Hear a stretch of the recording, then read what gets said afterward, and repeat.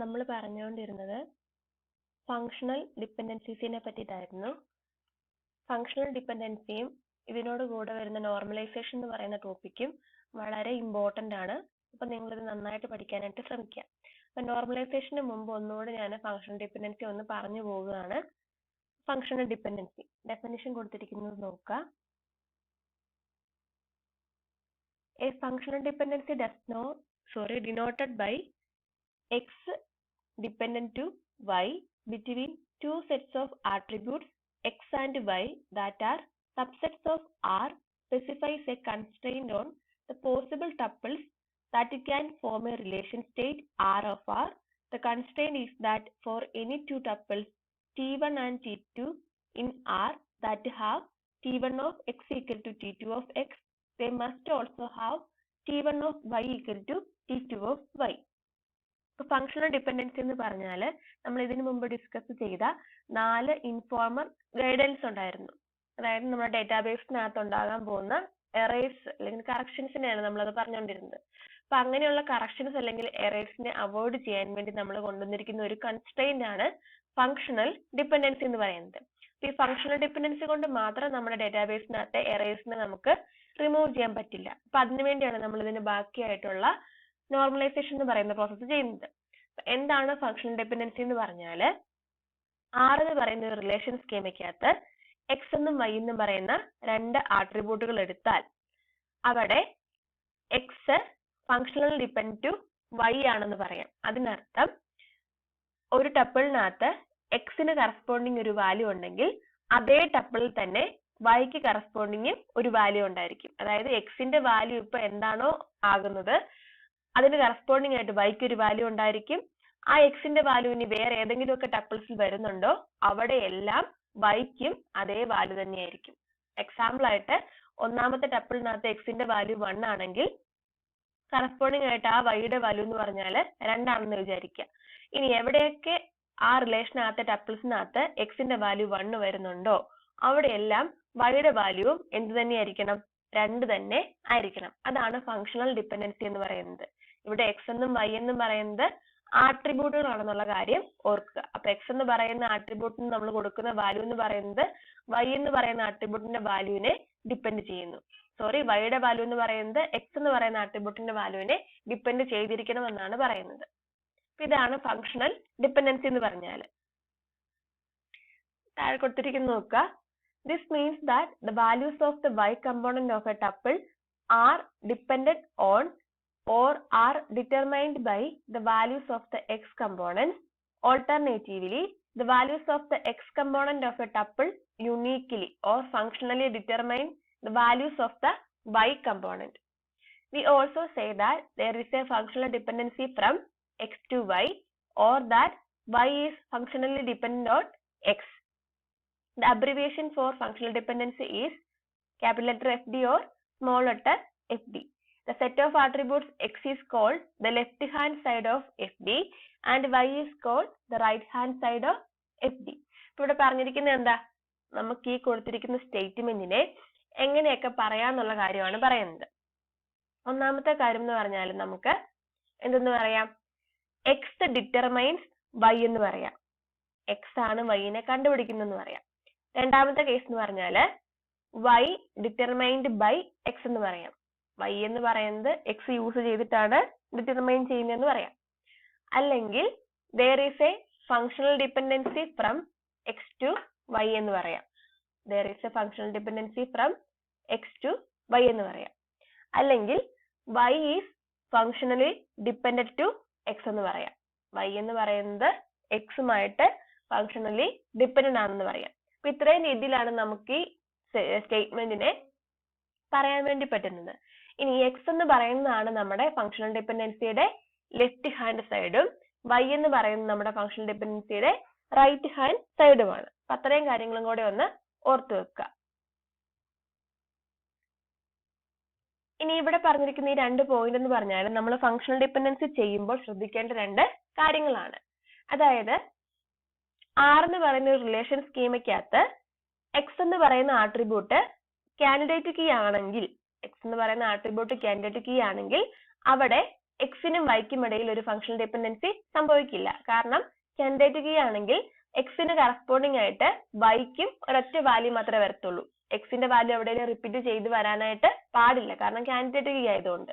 അപ്പൊ ആ കാര്യങ്ങളോടൊന്ന് ശ്രദ്ധിക്കുക. അങ്ങനെ വരുന്ന കേസിൽ എക്സ് എന്ന് പറയുന്ന ആട്രിബ്യൂട്ട് ആർ എന്ന് പറയുന്ന റിലേഷനുമായിട്ടായിരിക്കും ഫംഗ്ഷണലി ഡിപെൻഡന്റ് ആയിരിക്കുക. അതായത് എക്സ് എന്ന് പറയുന്ന ആട്രിബ്യൂട്ട് കാൻഡിഡേറ്റ് കീ ആണെങ്കിൽ എക്സും വൈയും തമ്മിൽ ഒരു ഫംഗ്ഷണൽ ഡിപെൻഡൻഷൻ വരത്തില്ല. പകരം ആരുമായിട്ടായിരിക്കും വരുന്നത്? എക്സ് എന്ന് പറയുന്ന ആട്രിബ്യൂട്ടും ആർ എന്ന് പറയുന്ന റിലേഷൻ സ്കീമയുമായിട്ടായിരിക്കും അവിടെ ഒരു ഫംഗ്ഷണൽ ഡിപെൻഡൻസി വരുന്നത്. ഇനി പിന്നെ പറയുന്ന ഒരു പോയിന്റ് എന്ന് പറഞ്ഞാല്, നമ്മളിപ്പോ ഡിനോട്ട് ചെയ്യുന്ന സ്റ്റേറ്റ്മെന്റ് എന്ന് പറഞ്ഞാല് there is a functional dependency from x to y ആണ്. ആർ എന്ന് പറയുന്ന റിലേഷൻ സ്കീമയ്ക്കകത്ത് എക്സ് എന്നും വൈ എന്നും പറയുന്ന രണ്ട് ആട്രിബ്യൂട്ടുകൾ തമ്മിലുള്ള ഫംഗ്ഷണൽ ഡിപെൻഡൻസി നമ്മൾ ഡിനോട്ട് ചെയ്തു. ഇനി ഇങ്ങനെ കൊടുക്കുന്നതിന്റെ അർത്ഥം ഒരിക്കലും y is dependent to x എന്ന് ആയിരിക്കില്ലെന്നാണ് പറയുന്നത്. അങ്ങനെ സംഭവിക്കണമെന്നില്ലെന്നാണ് പറയുന്നത്. അതായത് എക്സ് എന്ന് പറയുന്ന y എന്ന് പറയുന്നത് എക്സിനെ ഡിപ്പെൻഡ് ചെയ്താണ് ഇരിക്കുന്നത്. അതുകൊണ്ട് എക്സ് എന്ന് പറയുന്നത് വൈനെ ഡിപ്പെൻഡ് ചെയ്തിരിക്കണമെന്ന് നിർബന്ധമില്ലെന്നാണ് പറയുന്നത്. ആ രണ്ട് പോയിന്റുകളും ഒന്ന് ഓർത്തു വെക്കാം. പിന്നെ നമ്മൾ കഴിഞ്ഞ ക്ലാസ്സിൽ പറഞ്ഞായിരുന്നു ലീഗൽ റിലേഷൻ സ്റ്റേറ്റ് എന്ന് പറഞ്ഞാൽ എന്താണെന്നുള്ള കാര്യം. ഈ സ്മോൾ ലെറ്റർ ആർ എന്ന് പറഞ്ഞാൽ നമ്മുടെ ഡേറ്റാബേസിന്റെ സ്റ്റേറ്റിനെ റെപ്രസെന്റ് ചെയ്യുന്നതാണ്. അതായത് ഒരു നിശ്ചിത സമയത്തിൽ ആ ഡേറ്റാബേസിനകത്തുള്ള വാല്യൂ എന്താണോ അതാണ് അതിന്റെ സ്റ്റേറ്റ് എന്ന് പറയുന്നത്. ഇവിടെ ലീഗൽ എക്സ്റ്റൻഷൻ അല്ലെങ്കിൽ ലീഗൽ റിലേഷൻ സ്റ്റേറ്റ് എന്ന് പറഞ്ഞാൽ ആർ ഓഫ് ആർ എന്ന് പറയുന്ന ഒരു ഡേറ്റാബേസിന്റെ സ്റ്റേറ്റ് ഫംഗ്ഷണൽ ഡിപെൻഡൻസി സാറ്റിസ്ഫൈ ചെയ്യുന്നുണ്ടെങ്കിൽ ആ സമയത്തുള്ള ആ ഡേറ്റാബേസിന്റെ സ്റ്റേറ്റ് എന്ന് പറയുന്ന പേരാണ് ലീഗൽ റിലേഷൻ സ്റ്റേറ്റ്. ഇപ്പൊ ലീഗൽ റിലേഷൻ സ്റ്റേറ്റിൽ ആകണമെന്ന് പറഞ്ഞിട്ടുണ്ടെങ്കിൽ ആ ഡേറ്റാബേസിനകത്ത് എപ്പോഴൊക്കെ വാല്യൂസ് മാറി വരുന്നോ, അതിന്റെ സ്റ്റേറ്റ് എപ്പോഴൊക്കെ മാറുന്നോ അപ്പോഴെല്ലാം ഫംഗ്ഷണൽ ഡിപെൻഡൻസി സാറ്റിസ്ഫൈ ചെയ്തിരിക്കണം.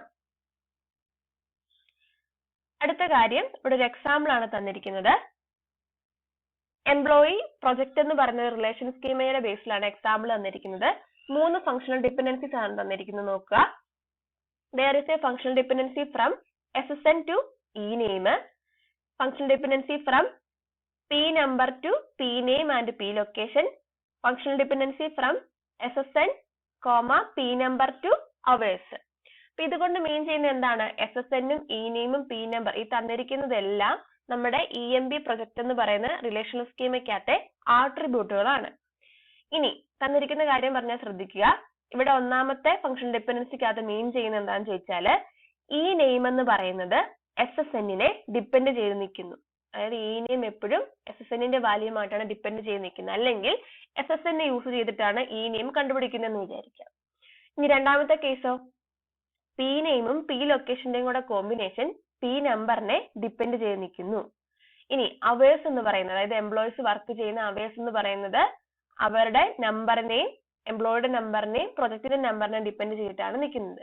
ഈ 3 എണ്ണമാണ് ഈ റിലേഷൻ സ്കീമയ്ക്കകത്ത് തന്നിരിക്കുന്ന വാലിഡ് ആയിട്ടുള്ള ഫംഗ്ഷണൽ ഡിപെൻഡൻസീസ്. അത് എക്സാമ്പിൾ ഒരെണ്ണം നോക്കി വെക്കുക. ആ എക്സാമ്പിളിന്റെ എക്സ്പ്ലനേഷൻ ആണ് ഈ പാരഗ്രാഫിനകത്ത് തന്നിരിക്കുന്നത്. വായിച്ചു നോക്കാം. പിന്നെ നമുക്കൊരു എക്സാമ്പിൾ നോക്കാം. ഇവിടെ തന്നിരിക്കുന്ന ടീച്ചർ എന്ന് പറയുന്ന ഒരു റിലേഷൻ സ്കീമയാണ്. അവിടെ 3 ആട്രിബ്യൂട്ടുകളാണ് വരുന്നത്: ടീച്ചർ, കോഴ്സ്, ടെക്സ്റ്റ്. അപ്പൊ നമുക്ക് ഇതിനെ എക്സ്, വൈ, ഇസഡ് എന്നുള്ള രീതിയിൽ ഡിനോട്ട് ചെയ്യാം. ഇനി ആ ഓരോ ആട്രിബ്യൂട്ടുകൾക്കും ആ ടീച്ചർ എന്ന് പറയുന്ന റിലേഷന്റെ ആ സ്റ്റേറ്റിലുള്ള വാല്യൂസ് ആണ് ഈ തന്നിരിക്കുന്നത്. ടീച്ചറിന് കുറെ വാല്യൂ ഉണ്ട്, കോഴ്സിനും വാല്യൂ ഉണ്ട്, ടെക്സ്റ്റിനും വാല്യൂ ഉണ്ട്. അപ്പൊ ഈ റിലേഷൻ സ്കീമ യൂസ് ചെയ്തിട്ടുള്ള വാലിഡ് ആയിട്ടുള്ള ഒരു ഫംഗ്ഷണൽ ഡിപെൻഡൻസിയാണ് ഈ തന്നിരിക്കുന്നത്. ടെക്സ്റ്റ് ഡിപ്പെൻഡ്സ് ടു കോഴ്സ് എന്ന് പറയുന്നത്. അപ്പൊ ഈ താഴെ തന്നിരിക്കുന്ന 3 ഫംഗ്ഷണൽ ഡിപെൻഡൻസീസും വാലിഡ് അല്ല. കാരണം എന്താന്ന് പറയാം. ആദ്യത്തെ ഫംഗ്ഷൻ ഡിപെൻഡൻസി എടുക്കുക, text two course. Text two course, text എന്ന് പറയുന്നത് നമ്മൾ എക്സ് ആയിട്ടും കോഴ്സ് എന്ന് പറയുന്നതിന് വൈ ആയിട്ടും കൺസിഡർ ചെയ്യുക. അപ്പൊ ഓരോ എക്സിനും കറസ്പോണ്ടിങ് ആയിട്ട് ഓരോ വൈ വാല്യൂ ഉണ്ട്. നോക്കുക, ഓരോ എക്സിനും കറസ്പോണ്ടിങ് ആയിട്ട് ഓരോ വൈ വാല്യൂ ഉണ്ട്. ഇവിടെ എക്സിന്റെ വാല്യൂസ് ഒന്നും റിപ്പീറ്റ് ചെയ്ത് വരുന്നില്ല. അതുകൊണ്ട് തന്നെ വൈയുടെ വാല്യൂസും റിപ്പീറ്റ് ചെയ്ത് വരേണ്ട കാര്യമില്ല. അതുകൊണ്ടാണ് ഇത് വാലിഡ് എന്ന് പറയുന്നത്. ഇനി രണ്ടാമത്തെ കേസ് നോക്കുക, teacher two course. Teacher two course, ഇവിടെയാണ് ശ്രദ്ധിക്കേണ്ടത്. ടീച്ചറിനെ എക്സ് ആയിട്ടും കോഴ്സിനെ വൈ ആയിട്ടും കൺസിഡർ ചെയ്യുക. ടീച്ചറിന്റെ വാല്യൂ സ്മിത്ത് വരുന്നുണ്ട്. ഒന്നാമത്തെ കേസിൽ എക്സിന്റെ വാല്യൂ സ്മിത്ത് വന്നപ്പോൾ വൈയുടെ വാല്യൂ ഡാറ്റ സ്ട്രക്ചർ ആയി. രണ്ടാമത്തെ ടപ്പിളിന്റെ കേസ് വന്നപ്പോഴോ ടീച്ചറിന്റെ വാല്യൂ സ്മിത്ത് വന്നപ്പോൾ വൈയുടെ വാല്യൂ ഡേറ്റ മാനേജ്മെന്റ് ആയി. അപ്പൊ നമ്മുടെ ഫംഗ്ഷണൽ ഡിപെൻഡൻസി പറയുന്നത് എന്താണ്? എക്സിന്റെ വാല്യൂ എവിടെയൊക്കെ വരുന്നോ ആ എക്സിന് കറസ്പോണ്ടിങ് ആയിരിക്കണം വൈയുടെ വാല്യൂ എന്ന്. അതായത് സ്മിത്ത് എവിടെയൊക്കെ വരുന്നോ അവിടെയെല്ലാം വൈയുടെ വാല്യൂ എന്തേ വരാവുള്ളൂ? ഡേറ്റ സ്ട്രക്ചറെ ഇവിടെയും വരാൻ പാടുള്ളൂ. അത് അങ്ങനെ അല്ലാതെ വന്നിരിക്കുന്നത് കൊണ്ട് ഇവിടെ ഫംഗ്ഷണൽ ഡിപെൻഡൻസി സാറ്റിസ്ഫൈ ചെയ്യുന്നില്ല. അതുപോലെ തന്നെയാണ് ടെക്സ്റ്റ് ടു ടീച്ചർ എന്ന് പറയുന്നത്. ടെക്സ്റ്റ് ടു ടീച്ചർ എന്ന് പറയുന്നത് നോക്കുക, സ്മിത്ത് എന്ന് പറയുന്ന ടീച്ചറിന് എക്സ് വാല്യൂന് കറസ്പോണ്ടിങ് ആയിട്ട് 2 ടപ്പിൾസ് വന്നിട്ടുണ്ട്. ഒന്നാമത്തെ സ്മിത്തിന് കറസ്പോണ്ടിങ് ആയിട്ട് ടെക്സ്റ്റിന്റെ വാല്യൂ വന്നിട്ടുണ്ട്. രണ്ടാമത്തെ സ്മിത്തിന് കറസ്പോണ്ടിങ് ആയിട്ട് ടെക്സ്റ്റിന്റെ വാല്യൂ വേറെയാണ് വന്നിരിക്കുന്നത്. അപ്പൊ വൈ വാല്യൂ എപ്പോഴും എക്സും ആയിട്ട് ഡിപ്പെൻഡ് ചെയ്ത് വേണം വരാനായിട്ട്. ഇവിടെ 2 വാല്യൂ ആണ് വൈക്ക് വന്നിരിക്കുന്നത്, അതുകൊണ്ടാണ് ഇത് വാലിഡ് അല്ലാത്തത്. അതുപോലെ തന്നെയാണ് കോഴ്സ് ടു ടെക്സ്റ്റ് ചെയ്യുമ്പോഴും. അപ്പൊ ഇത്രയാണ് എക്സാമ്പിൾ, ഓർത്ത് വെക്കുക എക്സാമ്പിൾ. അപ്പൊ ഇത്രയാണ് ഫംഗ്ഷണൽ ഡിപെൻഡൻസിക്കകത്ത് വരുന്ന കാര്യങ്ങൾ. പിന്നെ നമ്മൾ ഡയഗ്രമാറ്റിക് നൊട്ടേഷൻ ഞാൻ പറഞ്ഞായിരുന്നു വേറൊരു പേജിനകത്ത്, പേജ് നമ്പർ കൊടുത്തിട്ടുണ്ട്, പേജ് നമ്പറിനകത്ത് കിടപ്പുണ്ട്. അവിടെ നമ്മൾ എപ്പോഴും ആരോ മാർക്ക്, ഹെഡോട് കൂടി ആരോ മാർക്ക് വെച്ചിട്ടാണ് നമ്മൾ ഫംഗ്ഷണൽ ഡിപെൻഡൻസി റെപ്രസെന്റ് ചെയ്യുന്നത്. അപ്പൊ ഹെഡ് ഇല്ലാത്ത ആരോ മാർക്ക് സ്റ്റാർട്ട് ചെയ്യുന്നത് എപ്പോഴും ഫംഗ്ഷണൽ ഡിപെൻഡൻസിയുടെ ലെഫ്റ്റ് ഹാൻഡ് സൈഡും ഹെഡോട് കൂടി സ്റ്റാർട്ട് ചെയ്യുന്നത് എപ്പോഴും റൈറ്റ് ഹാൻഡ് സൈഡിനെ റെപ്രസെന്റ് ചെയ്യാൻ വേണ്ടി ആയിരിക്കും. ആ കാര്യം ഒന്ന് ഓർത്ത് വെക്കുക. ഇനിയാണ് നമ്മൾ നോർമൽ ഫോംസ് പഠിക്കാൻ വേണ്ടി പോകുന്നത്. ഫംഗ്ഷണൽ ഡിപെൻഡൻസി എന്താണെന്നുള്ള കാര്യം പഠിച്ചു. എന്തിനു വേണ്ടിയിട്ടാണ്? നമ്മുടെ ആ 4 ഗൈഡ് ലൈൻസിനെ അവോയ്ഡ് ചെയ്യാൻ വേണ്ടിയുള്ള ഒരു കൺസ്ട്രെയിന്റ് ആണെന്ന് പറഞ്ഞു. അപ്പൊ സാധാരണ രീതിയിൽ ഒരു റിലേഷൻ ഡേറ്റാബേസ് നോർമലൈസ്ഡ് ആണോ അല്ലെങ്കിൽ ആണോ എന്ന് ചെക്ക് ചെയ്യുന്നത് ഫംഗ്ഷണൽ ഡിപെൻഡൻസിയുടെയും പ്രൈമറി കീയുടെയും ബേസിലാണ്. സാധാരണ രീതിയിൽ ഒരു റിലേഷൻ ഡേറ്റാബേസ് ഡിസൈൻ ചെയ്യുമ്പോൾ അതിനകത്ത് വാല്യൂസിനകത്ത് റിപ്പീറ്റേഷൻ വന്നിട്ടുണ്ടോ അല്ലെങ്കിൽ അനോമലീസ് ഉണ്ടോ എന്നുള്ള കാര്യം ചെക്ക് ചെയ്യുന്നത് ഫംഗ്ഷണൽ ഡിപെൻഡൻസിയും അതോടൊപ്പം തന്നെ പ്രൈമറി കീയും കൂടെ യൂസ് ചെയ്തിട്ടാണ്. അപ്പൊ ഈ ഒരു പ്രോസസ്സിന് പറയുന്ന പേരാണ് നോർമലൈസേഷൻ പ്രോസസ്സ്.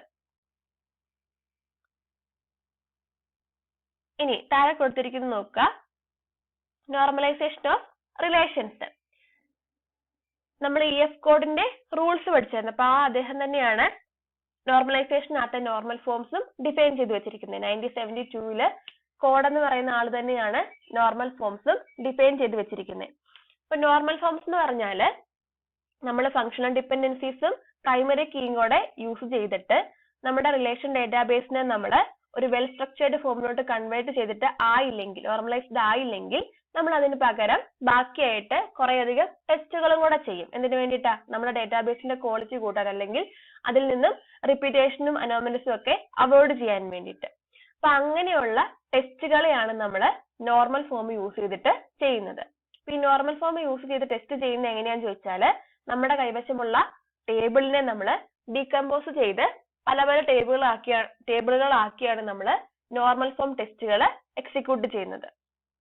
അപ്പൊ കോഡ് പ്രധാനമായിട്ടും കുറേയധികം നോർമൽ ഫോംസ് ഇംപ്ലിമെന്റ് ചെയ്തിട്ടുണ്ട്. അതിനകത്ത് ഇമ്പോർട്ടന്റ് ആയിട്ടുള്ളതാണ് first normal form, second normal form, third normal form, അതുപോലെ തന്നെ തേർഡിന്റെ ഒരു വേരിയേഷൻ ആയിട്ടുള്ള ബോയ്സ് കോഡ് നോർമൽ ഫോം. അത് ബോയ്സും കോഡ് എന്ന് പറഞ്ഞ 2 ആൾക്കാർ കൂടിയാണ് പ്രപ്പോസ് ചെയ്തിരിക്കുന്നത്. അത് കഴിഞ്ഞ് വരുന്ന നോർമൽ ഫോംസ് ആണ് 4th നോർമൽ ഫോമും 5th നോർമൽ ഫോമും. 4th normal form multi valued dependency എന്ന് പറയുന്ന ഒരു കൺസെപ്റ്റിനെ ബേസ് ചെയ്താണ് നിൽക്കുന്നത്. അതുപോലെ തന്നെ 5th നോർമൽ ഫോം ജോയിന്റ് ഡിപെൻഡൻസിനെ ബേസ് ചെയ്തിട്ടാണ് നിൽക്കുന്നത്. അപ്പൊ ഇത്രയാണ് നോർമൽ ഫോമിനകത്ത് പഠിക്കാൻ വേണ്ടിയുള്ള കാര്യങ്ങൾ എന്ന് പറഞ്ഞാൽ. അപ്പൊ എന്തിനു വേണ്ടി നോർമൽ ഫോം യൂസ് ചെയ്യുന്നത്? നമ്മുടെ ഫംഗ്ഷണൽ ഡിപെൻഡൻസിയും പ്രൈമറി കീയും യൂസ് ചെയ്തിട്ട് നമ്മുടെ ഡേറ്റാബേസ് വെൽ സ്ട്രക്ചേർഡ് ഫോമിലോട്ട് അല്ലെങ്കിൽ നോർമലൈസ്ഡ് ആയില്ലെങ്കിൽ നമ്മൾ ഫർദർ ആയിട്ട് ചെയ്യുന്ന ഒരു പ്രോസസ്സാണ് നോർമൽ ഫോംസ് അല്ലെങ്കിൽ നോർമലൈസേഷൻ എന്ന് പറയുന്നത്. ഇവിടെ നോക്കുക, normalisation of data can be considered A process of analyzing the given relation schemas based on their FDs and primary keys to achieve the desirable properties of minimizing redundancy and minimizing the anomalies. നമ്മൾ നേരത്തെ പറഞ്ഞ പോലെ തന്നെ functional ഡിപെൻഡൻസീസും അതുപോലെ തന്നെ primary കീയും use ചെയ്ത് നമ്മുടെ ഉദ്ദേശം എന്താണ്? ഡേറ്റാബേസിനകത്തെ റിഡൻഡൻസി കുറയ്ക്കുക, അതുപോലെ തന്നെ ഡേറ്റാബേസിനകത്ത് വരുന്ന അനോമലീസ് റെഡ്യൂസ് ചെയ്യുക.